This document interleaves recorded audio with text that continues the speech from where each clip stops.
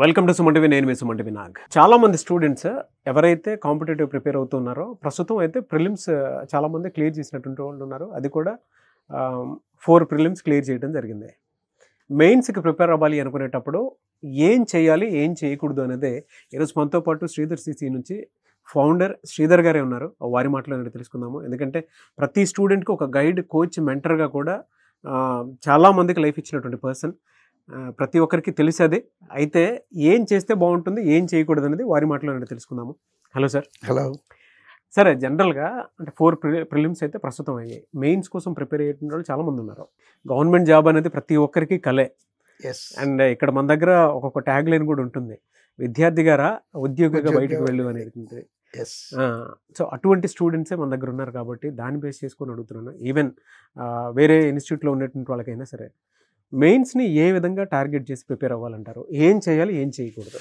First point ఏంటంటేనండి, పిల్లలందరూ చేసే మొట్టమొదటి మిస్టేక్ రిజల్ట్స్ వచ్చే వరకు వెయిట్ చేస్తారు. అంటే ప్రిలిమినరీ క్లియర్ అయిన తర్వాత ప్రిపరేషన్ స్టార్ట్ చేద్దాం అనుకుంటారు.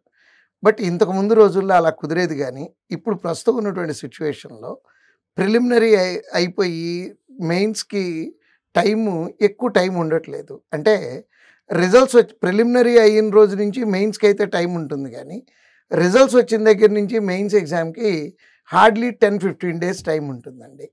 ఒక్కొక్క ఎగ్జామ్కి అయితే 3 రోజులు 4 రోజులు కూడా టైం ఇచ్చిన సందర్భాలు ఉంటున్నాయి. అంటే ఈ 3 డేస్ 4 డేస్లో నిజం చెప్పాలంటే nothing can be done.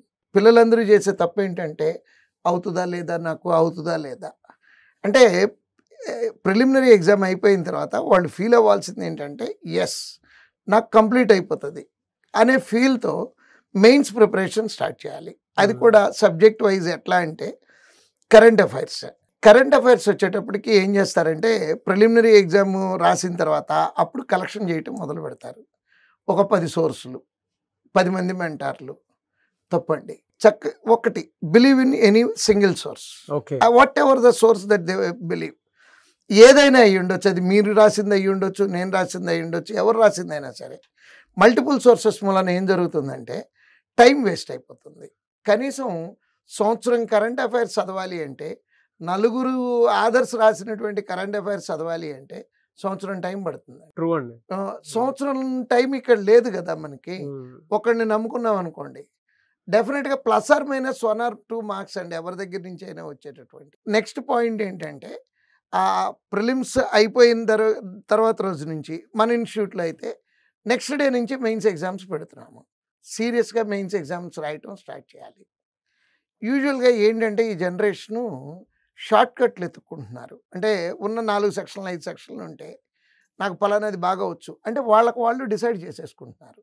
They are not testing themselves.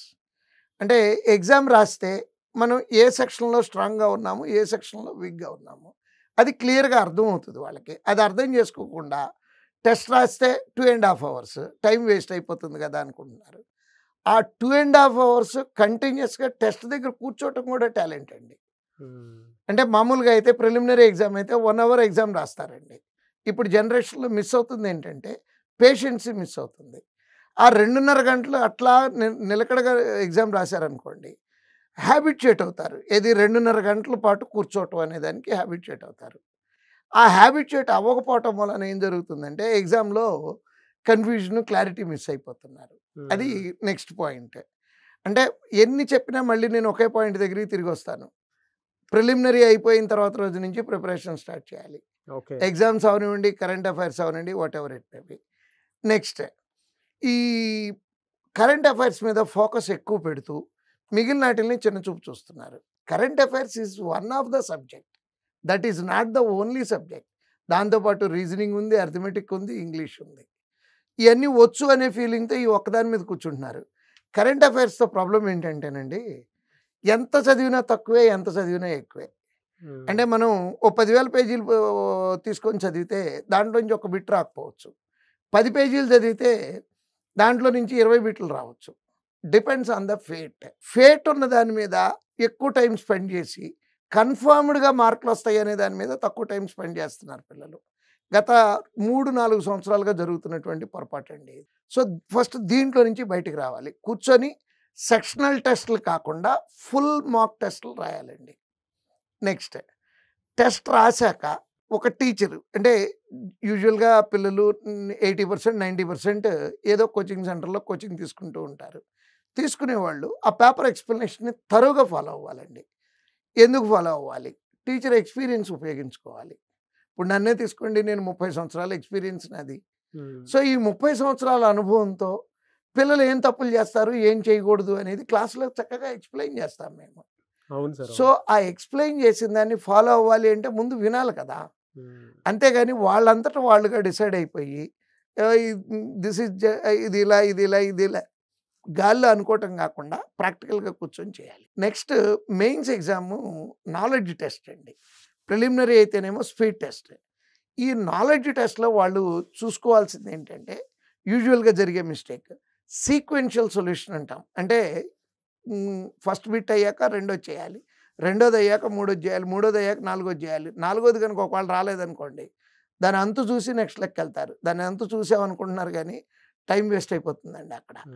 అంటే what to do what not to do, ఏం చేయాలి ఏం చేయకూడదు అనేది ప్రాక్టీస్లో మాత్రమే తెలుస్తుంది. ఆ ప్రాక్టీస్ ఎంత ఎక్కువ చేస్తే ఆ ప్రాబ్లం రెక్టిఫై అవుతుంది. అంటే ఆ మెయిన్స్ టెస్ట్లో ఉన్నటువంటి ఆ నాలెడ్జ్ టెస్ట్లో ఉన్నటువంటి టఫ్నెస్ నుంచి బయటపడాలి అంటే ఉన్న బిట్లలో కనీసం 50% బిట్స్ డెఫినెట్గా వాళ్ళకి వచ్చినవి ఉంటాయండి. ఆ బయటకు వచ్చిన తర్వాత నాకు అదొచ్చు కదా ఇదొచ్చు కదా అనుకోవటం కాకుండా అక్కడ కూర్చొని ప్రజెంట్ చేయగలగాలి. నెక్స్ట్ ఇంకోటి ఏంటంటే చక్కగా వాళ్ళకి కావాల్సింది, వాళ్ళు ఫర్ ఎగ్జాంపుల్ క్లర్క్ అనుకోండి, IBPS క్లర్కే తీసుకుందాము. వాళ్ళు ఒక పర్టికులర్ స్టేట్కి అప్లై చేసి ఉంటారు. వాళ్ళు ఒక పర్టికులర్ కేటగిరీకి చెంది ఉంటారు. గడిచిన 5 సంవత్సరాలుగా ఆ కేటగిరీకి ఆ స్టేట్లో ఎంత కట్ ఆఫ్ ఉంది అనేది చూసుకోవాలి ప్రిపరేషన్ స్టార్ట్ చేసేటప్పుడే. Okay okay they have to know there target. అంటే ఎగ్జామ్లో సింపుల్గా రాసేయటం కాదండి. నేను ఈ ఎగ్జామ్లో నాకు ఉద్యోగం రావాలి అంటే నేను ఎన్ని మార్కుల్ని టార్గెట్ చేయాలి అది తెలియాలి. అంటే గడిచిన 5 నుంచి 6 సంవత్సరాలు ట్రెండ్ తీసుకుంటే కనుక అర్థమైపోతుంది. అంటే అప్లై చేసిన స్టేట్ క్లర్క్ అయితేనండి, అప్లై చేసిన స్టేట్, అప్లై చేసిన కేటగిరీ, అంటే కేటగిరీకి ఒక కేటగిరీ ప్లస్ స్టేట్కి ఒక పర్టికులర్ కట్ ఆఫ్ ఉంటుంది. ఆ కట్ ఆఫ్ ఫస్ట్ టెస్ట్ రాసాము, ఎంత దూరంలో ఉన్నాము, ఇంకా 4 మార్కులు కావాలి మనకి. సో ఆ 4 మార్కులు ఎక్కడ తెచ్చుకోవచ్చు అనేది ఎక్స్ప్లెనేషన్కి వెళ్తే టీచర్ చెప్తారండి. సో అలా చక్కగా అంటే మనుషులుగా పుట్టింది దేనికంటే నేను నమ్మే ప్రిన్సిపల్ ఏంటంటే తప్పులు చేయటానికి పుడతాము. బట్ మనిషిగా పుట్టిన పరమార్థం ఏంటి అంటే చేసిన తప్పు మళ్ళీ చేయకూడదండి. అది తప్పు అని ఎప్పుడు తెలుస్తుంది అంటే క్లాస్లోకి వెళ్ళి కూర్చుంటే టీచర్ చెప్తాడు, ఇలా కాదు నువ్వు చేసి ఉండాల్సింది, నువ్వు ఇలా చేసి ఉండాలి అని టీచర్ చెప్తారు. ఆ చెప్పిన దాన్ని బట్టి రెక్టిఫై చేసుకోవాలి. అంటే టీచర్ అనుభవం పిల్లోడికి ఎలా ఉపయోగపడుతుందంటేనండి మీ తప్పు మీకు కూడా తెలుస్తుంది. యాజ్ ఏ స్టూడెంట్ టైం పడుతుంది మీరు చూడటానికి. మీలో ఉన్న మిస్టేక్ తెలుసుకోవటానికి అది మీకు రోజులు పట్టొచ్చు, నెలలు పట్టొచ్చు. బట్ మేము చూడంగానే ఇది కాదు ఇలా కాదు అంటే మా అనుభవం అలా ఉపయోగించుకోవాలి పిల్లలు. అంతేగాని మేము సొంతగా ప్రిపేర్ అవుతాము. ఇంకోటి కూడా చెప్తున్నానండి, ఇందాక నుంచి కోచింగ్ సెంటర్లో పిల్లల గురించి మాట్లాడుతున్నాను. ఇక్కడ అందరూ అడిగేటటువంటి పాయింట్ ఏంటంటే కోచింగ్ తీసుకుంటేనే ఉద్యోగం వస్తుందా? లేదండి, అవసరం లేదండి. కోచింగ్ లేకపోయినా కూడా ఉద్యోగం వస్తుంది. కాకపోతే డిఫరెన్స్ ఏంటంటే మీకు కోచింగ్ లేకుండా 2 సంవత్సరాల్లో ఉద్యోగం వచ్చిందనుకోండి, అదే మీరు కోచింగ్ తీసుకుంటే సంవత్సరంలో ఉద్యోగం వస్తుంది. ఆ డిఫరెన్స్ ఉంటుంది. అంటే ఆ టీచర్ ఎక్స్పీరియన్స్ దానికి పనికొస్తుందండి. మీకు టైం స్పాన్ని తగ్గించడానికి పనికొస్తుంది. కోచింగ్ సెంటర్లు అయ్యో అద్భుతాలు చేస్తాయి అని అంటలేదండి. ఇక్కడ కోచింగ్ సెంటర్ మీకు చక్కగా దారి చూపిస్తాయి, ఈ దారిలో వెళ్తే తొందరగా సక్సెస్ అవుతుంది. అది ఇవన్నీ దృష్టిలో పెట్టుకొని టెస్ట్లు ఎక్కువ రాస్తూ ప్రిపరేషను ప్రిలిమినరీ అయిపోయిన రోజు నుంచే స్టార్ట్ చేసుకోవాలండి. ఎందుకంటే వాళ్ళు 4 ప్రిలిమినరీలు అయిపోయి ఉన్నాయండి. ఎంతకి రిజల్ట్స్ ఎప్పుడు వస్తాయి అని సోషల్ మీడియాలో ఒకళ్ళనొకళ్ళు క్వశ్చన్లు అడగటం తప్పించి ప్రిపరేషన్ ఏదన్నా అంటే ప్రిపరేషన్ స్టార్ట్ చేయబుద్ధి కావట్లేదు సార్, అవుద్దో లేదో డౌట్ ఉంది సార్, అయిన తర్వాత వాళ్ళు ఏం చేయలేరు. ఇది సిచ్యువేషన్ అండి. ఈ సిచ్యువేషన్ నుంచి బయటికి రావాలి పిల్లలు. True sir. అయితే చాలామంది పిల్లలకి మీరు చెప్పినట్టు సోషల్ మీడియాలో కొట్టుకోవటం ఎక్కువ కనిపిస్తూ ఉంటుంది. ఆ క్యూరియస్ ఎక్కువ ఉంటుంది. కొంతమంది అయితే ప్రిపరేషన్ అప్పటికి కూడా స్టార్ట్ చేయరు, డైలమాలో ఉంటారు. ఈ నాట్ ఓన్లీ బ్యాంకింగ్ అండి, అంటే మీ దగ్గర ఉండేటువంటి ఎన్ని ఏరియాస్లో పిల్లలకు అవకాశాలు మీరు కల్పిస్తున్నారు, దేని మీద మీరు ఈ కాంపిటేటివ్ ఎగ్జామ్స్ వాటికి సంబంధించినటువంటి వాటిల్లో ఎవరెవరికి ఏ విధంగా అంటే ఒక్కొక్క శ్రీధర్ సిసి అంటే ఒక బ్యాంకింగ్కి మాత్రమే కాకుండా ఎందులో ఉంది అసలు జనరల్గా? శ్రీధర్ సిసి యాక్చువల్గా అందరూ అనుకునేది ఓన్లీ బ్యాంకింగ్ సెక్టార్ అనుకుంటున్నారండి. వీఆర్ అంటే ఆ నంబర్ 1లు నంబర్ 2లు నంబర్లు మాట్లాడటం నాకు ఏ రోజు అలవాటు లేదు. బట్ మా రిజల్ట్స్ ఒకసారి మీరు అబ్జర్వ్ చేస్తే ఈ సంవత్సరం వచ్చినటువంటి అంటే 25లో ఉన్నా కూడా 24 రిజల్ట్సే ఇంకా వస్తున్నాయండి. అంటే 24 అంటే మా లెక్క ఏంటంటే 24లో వచ్చినటువంటి నోటిఫికేషన్లో ఉద్యోగాలు. సో ఇప్పటికి మొత్తం మనకు వచ్చినటువంటి 3800 ఆర్డ్ ఉన్నాయండి. దాంట్లో 600 రైల్వే ఉద్యోగాలు ఉన్నాయి, 300 ఎస్ఎస్సి ఉద్యోగాలు ఉన్నాయండి. ఇవన్నీ నోటి మాటల కింద చెప్పడం కాదు, మీరు వెబ్సైట్ చూస్తే మీకు అర్థమవుతుంది. సో ఎవ్రీబడి అంటే నంబర్ ఎక్కువ ఉందనొచ్చు, అంటే 900 కదండి, మీ అన్నీ కలిపితే ఈ 900 కదా, మిగిలినవన్నీ దాంట్లోనే బ్యాంకింగ్లోనే వచ్చినాయి కదా. బ్యాంకింగ్లో నోటిఫికేషన్స్ ఎక్కువ ఉన్నాయి. బ్యాంకింగ్లో లాస్ట్ ఇయర్ 35 నోటిఫికేషన్స్ వచ్చినాయండి. ఎస్ఎస్సిలో 4 నోటిఫికేషన్లు, ఎవ్రీ ఇయర్ 4 వస్తాయి. నెక్స్ట్ రైల్వే తీసుకుంటే 5-6 వస్తాయి.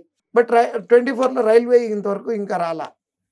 మేము ఇవాళ నమ్మకంగా చెప్తున్నటువంటి పాయింట్ ఏంటంటే రైల్వేల్లో ఏపీ తెలంగాణలో నంబర్ 1 రిజల్ట్ డెఫినెట్గా మా దగ్గర నుంచే వస్తుంది అని ఖచ్చితంగా చెప్తున్నామండి. నోటి మాటగా చెప్పడం కాదు, ప్రూవ్ చేసి కూడా చూపిస్తాం. ఎన్ని బ్రాంచెస్ ఉన్నాయి సార్ మొత్తం Sridhar CC? Sridhar CC almost 14-15 branches ఉన్నాయండి.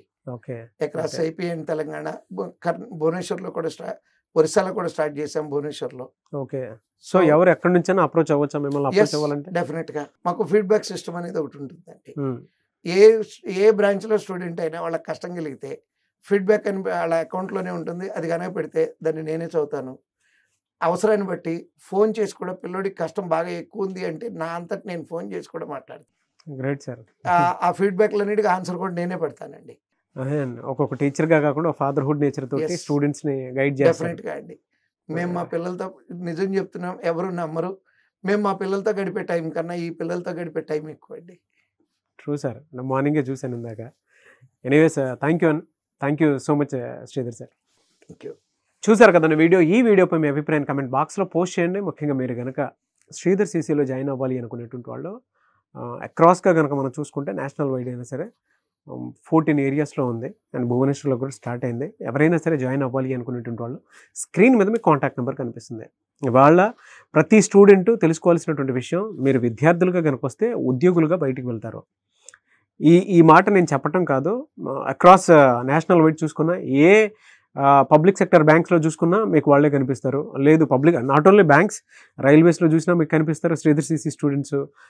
ఎస్ఐ కానిస్టేబుల్లో కూడా కనిపిస్తారు మీకు, అండ్ ఎస్ఎస్సి సిజిఎల్లో కూడా మీకు కనిపిస్తారు. అంటే అంత పెద్ద కమ్యూనిటీని పబ్లిక్ సెక్టర్లో బిల్డ్ చేసుకున్నటువంటి ఏకైక సంస్థ శ్రీధర్ సిసి. సో పిల్లలకు కావాల్సిన విధంగా గైడ్ చేస్తూ వాళ్ళకి అంటే ఒక్కొక్క ఫాదర్హుడ్ లాగా బాండింగ్ క్రియేట్ చేసుకుంటూ ముందుకు వెళ్తున్నటువంటి ఇన్స్టిట్యూట్. ఎవరైనా సరే అప్రోచ్ అవ్వాలనుకుంటే స్క్రీన్ మీద కనిపిస్తున్న నెంబర్ సంప్రదించండి. ఈ వీడియో లైక్ అండ్ షేర్ మాత్రం తప్పకుండా చేయండి. ఇలాంటి మరిన్ని వీడియోస్ కోసం మా ఛానల్ ఫాలో అవ్వండి. Thank you.